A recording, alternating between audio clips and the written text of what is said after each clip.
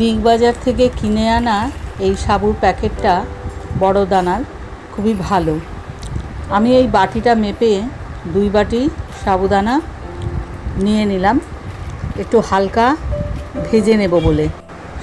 শুকনো কড়াইতে সাবু ভাজার নিয়মটা হচ্ছে, যদি হালকা করে ভাজতে হয় তাহলে কাঁচা সাবু ভাজতে শুরু করে যখন আপনি দেখবেন জাস্ট একটু সাবুর যে দানাগুলো সামান্য একটু ছোট হয়েছে, সেই অবস্থাতেই কিন্তু সাবু ভাজাটা থামিয়ে দিতে হবে। তা না হলে সাবুর খিচুড়িতে অনেক বেশি কড়া করে সাবু ভাজলে চলবে না। এবার এটা ধুয়ে নেওয়ার পালা। এগুলোকে একটু ভালোভাবে ধুতে হবে, মানে জলটা যতক্ষণ সাদা উঠবে, সাদাটা আর কিছুই না, সাবুদানার যে স্টার্চের অংশটা সেটাই এই সাদা জলটা। তো এটা মোটামুটি হালকা হয়ে গেলে সাবুটা ভালোভাবে ধোয়া হয়েছে এটা বুঝবেন।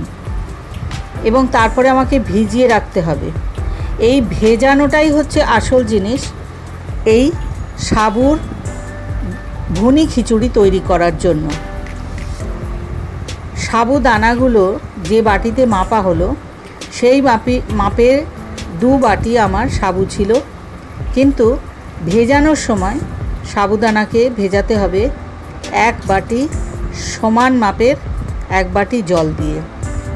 জলটা কিন্তু বেশি দিলেই সাবুর খিচুড়ি যে ভুনি খিচুড়ি অর্থাৎ ঝুরঝুরে হবে সেটা কিন্তু হবে না। প্রত্যেকটা রান্নাতেই এই ছোট ছোট জিনিসগুলো কিন্তু অনেক বেশি খেয়াল রাখতে হয়, যেগুলো আমি আপনাদের কাজ করতে করতেই টিপস হিসেবে বলে দিচ্ছি প্রত্যেকটা বিষয়ই। খিচুড়িটা বানাতে হবে মুগের ডাল দিয়ে। সেই ডালটাকেও এবার আমার রেডি করে নেওয়ার পালা। কিছুই না, শুকনো কড়াইতে ডালটা আমাকে একটু ভেজে নিতে হবে এবং মাপটা হলো সেই একই মাপকের 1 বাটি মুগের ডাল। তার বেশি ডাল কিন্তু দেবেন না, দেওয়া চলবে না। এই মুগের ডাল ভাজার নিয়ম অনেকেরই জানা আছে, শুধু তাদেরকেই বলছি যাদের জানা নেই।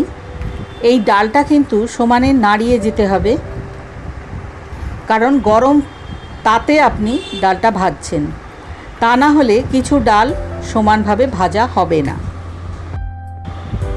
ডালটা ধুয়ে নিন একইভাবে, কিন্তু এই ডালটা ভেজানোর জন্য জলের কোনো পরিমাপ নেই। এগুলো কাঁচা বাদাম, 2 বাটিতে আলাদা করে রাখা আপনাদেরকে বোঝানোর জন্য। ছোট বাটির যে বাদামগুলো সেই পরিমাপটা আমি পরে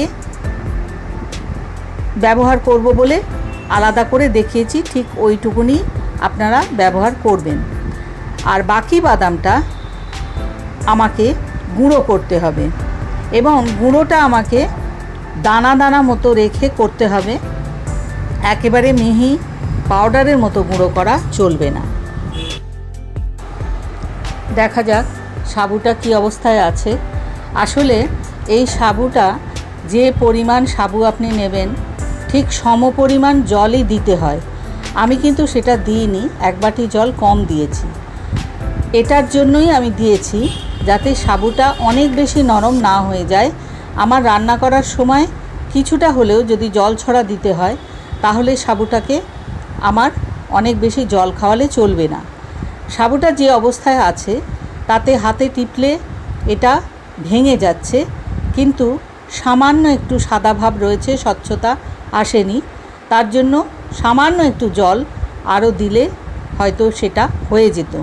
আমি সেটা দিইনি, সেটা আমার নিজের অভিজ্ঞতা বলে আমি দিইনি। আপনারা যদি মনে করেন তাহলে সমপরিমাণ জল দিয়েই ভেজাতে পারেন। এবার দেখতে হবে ডালটার কি অবস্থা। ডালটাও কিন্তু ভিজে আমার বেশ খানিকটা নরম হয়ে গেছে। ডালটা ভিজেছে, নখের আঘাতে যখন এটা ভেঙে যাচ্ছে তার মানে ডালটা ভালোভাবেই ভিজে গেছে। এখানে আমি একটু শুকনো কড়াইশুঁটি ভিজিয়ে রেখেছিলাম। এই শুকনো কড়াইশুঁটিটাও কিন্তু আমার এইটাতে দিতে কাজে লাগবে। এটা এখনও ভেজেনি, কোনোটা একটু ভালো নরম হয়েছে, কোনোটা হয়নি, সুতরাং এটা বেশ খানিকটা ভিজবে। এইবার আমার যে সামান্য বাদাম একটা ছোট বাটিতে রাখা ছিল, সেটাতে আমি আবারও সেই ভাজা বাদামগুলো রেখে দিলাম। এগুলো আমি কাঁচা বাদাম ভেজেছি, আপনারা যদি মনে করেন তাহলে বাজার থেকে ভাজা শুকনো কেনা বাদামও নিয়ে এসে কাজটা করতে পারেন। কিন্তু এই বাকি বাদামগুলোকে আমায় গুঁড়িয়ে ফেলতে হবে মিক্সিতে। যদি আপনাদের কাছে হামানদিস্তে থাকে বা খলমশাল যেটাকে বলা হয়, সেটা যদি থাকে তাহলে সেটাতেও আপনারা গুঁড়িয়ে নিতে পারেন, কিন্তু মনে রাখবেন একটু দানা দানা থাকবে, এরকমভাবেই গুঁড়াতে হবে, মিহি করলে চলবে না। একদম খুব সুন্দরভাবে আমার এটা হয়ে গেছে। এই দানা থাকবে এরকমভাবেই আমার এটা দরকার। এই যে দেখুন আধ ভাঙা মতো। তো এটা আমার বাদাম পেশাইটা রেডি।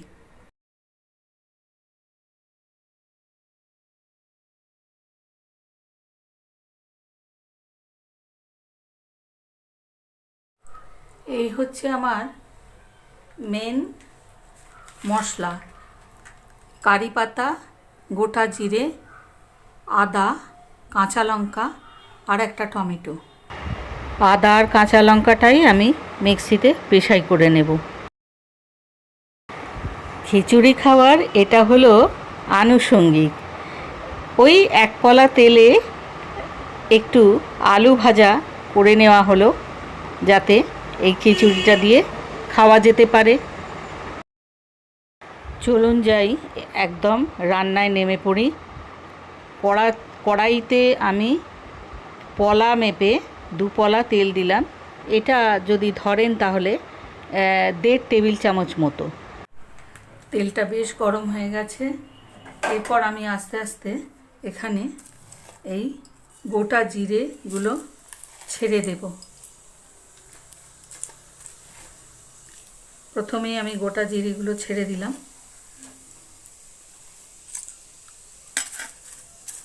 কারি পাতাটা আমি একটু বাদে ছাড়ব। ছেড়ে দিলাম এই আদা লঙ্কা, যেটা আমি একটু মিক্সিতে ক্রাশ করে নিয়েছি সেইটা।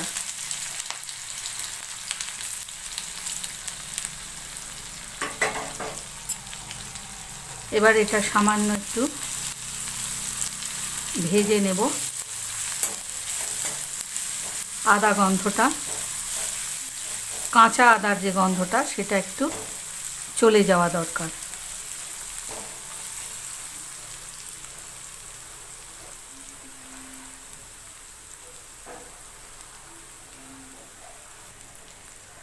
কারি পাতাগুলো আমি, আমার রোদে শুকনো কারি পাতা, আমি একটু এটা এইভাবে হাতে একটু প্রেসার দিয়ে কারি পাতাগুলো দিয়ে দিলাম। তাহলে আমার বাকি সবই দেওয়া হয়ে গেল। বাকি রইল এই কাঁচা লঙ্কা আর টমেটো। কাঁচা লঙ্কাটা আমি জাস্ট এরকম ফাটিয়ে দিয়ে দিচ্ছি।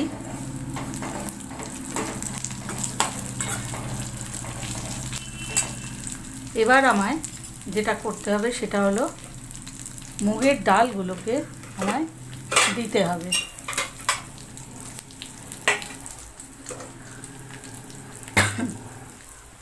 মুগের ডাল আমার কিন্তু শুধু ভেজানো ছিল, এটা কিন্তু জলে সিদ্ধ করা ছিল না। আমি মুগের ডাল এখানে এভাবে দিয়ে দিলাম।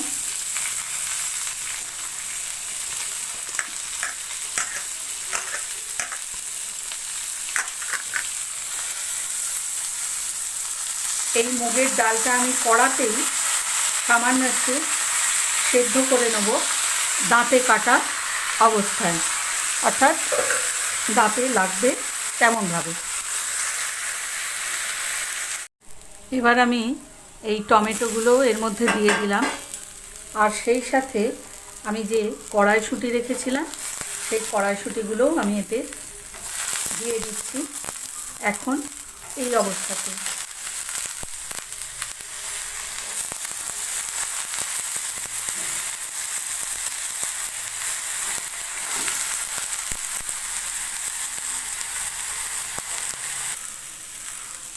আমি এই মিক্সার পটটাতে জল নিয়ে এই জলটাই আমি দিয়ে দিলাম।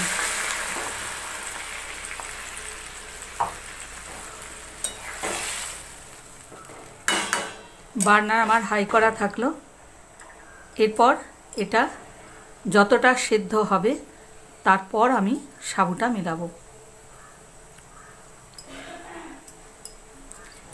এই ডালটা সাবুর খিচুড়িতে কখনো কিন্তু প্রেশার কুকারে করবেন না, করলেও খুব স্কিলড ওয়েতে যদি না করেন তাহলে কিন্তু সাবুর খিচুড়িটা অনেক কাদা হয়ে যেতে পারে।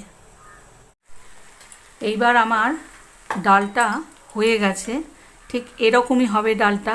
এই যে হাতে চিপলে এটা ভেঙে যাচ্ছে এবং নরম হয়ে গেছে, বাট একটু দানা মতো রয়েছে। এই অবস্থায় আমি আর একটুখানি তেল মেলাবো। আমি একটা কথাই বলতে চাই তেল বা ঘিয়ের সম্পর্কে। ঘি খাওয়া আমার চলবে না, সেজন্য তেল, বাট সেই তেলটাও কিন্তু খুব কম দিতে হবে। আমি আজকে একটু বেশি দিচ্ছি কারণ এটা আমি খুবই কম খাবো, সেই জন্যে। আর একটু তেল না মেলালে বাকিটা আমি এখানে করতে পারবো না। এবার আমি এই সাবুটা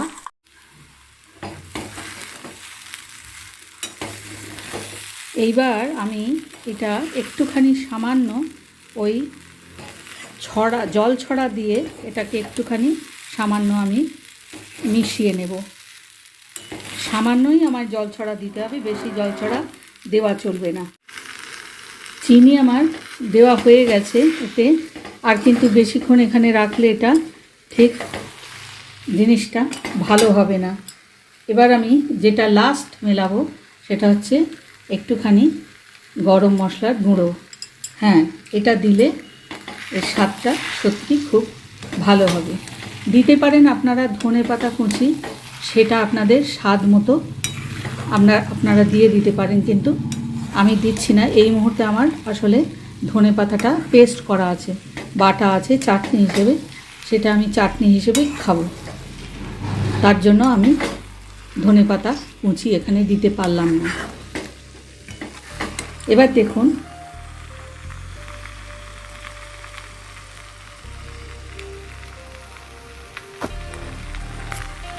আমার কিন্তু হয়ে গেছে। আমি বার্নার অফ করে দিলাম এবং আমি এই বাটিটার মধ্যেই একটু সার্ভ করে দিচ্ছি। আমানিশেল.com থেকে আমি মহুয়া আজকে আপনাদের এই নিরামিষ সাবুদানার খিচুড়িটা দেখিয়ে বিদায় নিচ্ছি। আপনাদের অসংখ্য ধন্যবাদ আর নমস্কার জানাই আমার ভিডিও দেখার জন্য। আর সেই সাথে জানাই অনুরোধ, আমার ভিডিও, আমার চ্যানেল আপনারা সকলে সাবস্ক্রাইব করে নিন।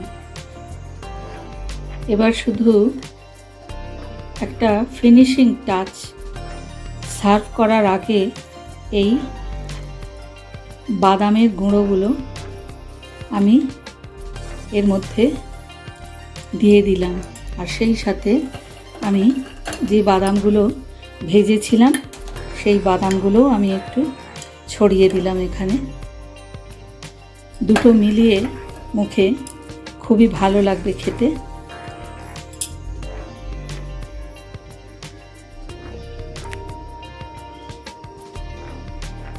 এত সুন্দর খেতে হয়। এইভাবে সাবুর খিচুড়িটা করলে আপনারাও করে দেখতে পারেন। ঠিক এইভাবে করলে আরও বেশি ভালো হয়। খুব ভেজা কাদা কাদা যারা খেতে পছন্দ করেন তাদের মতো না করে।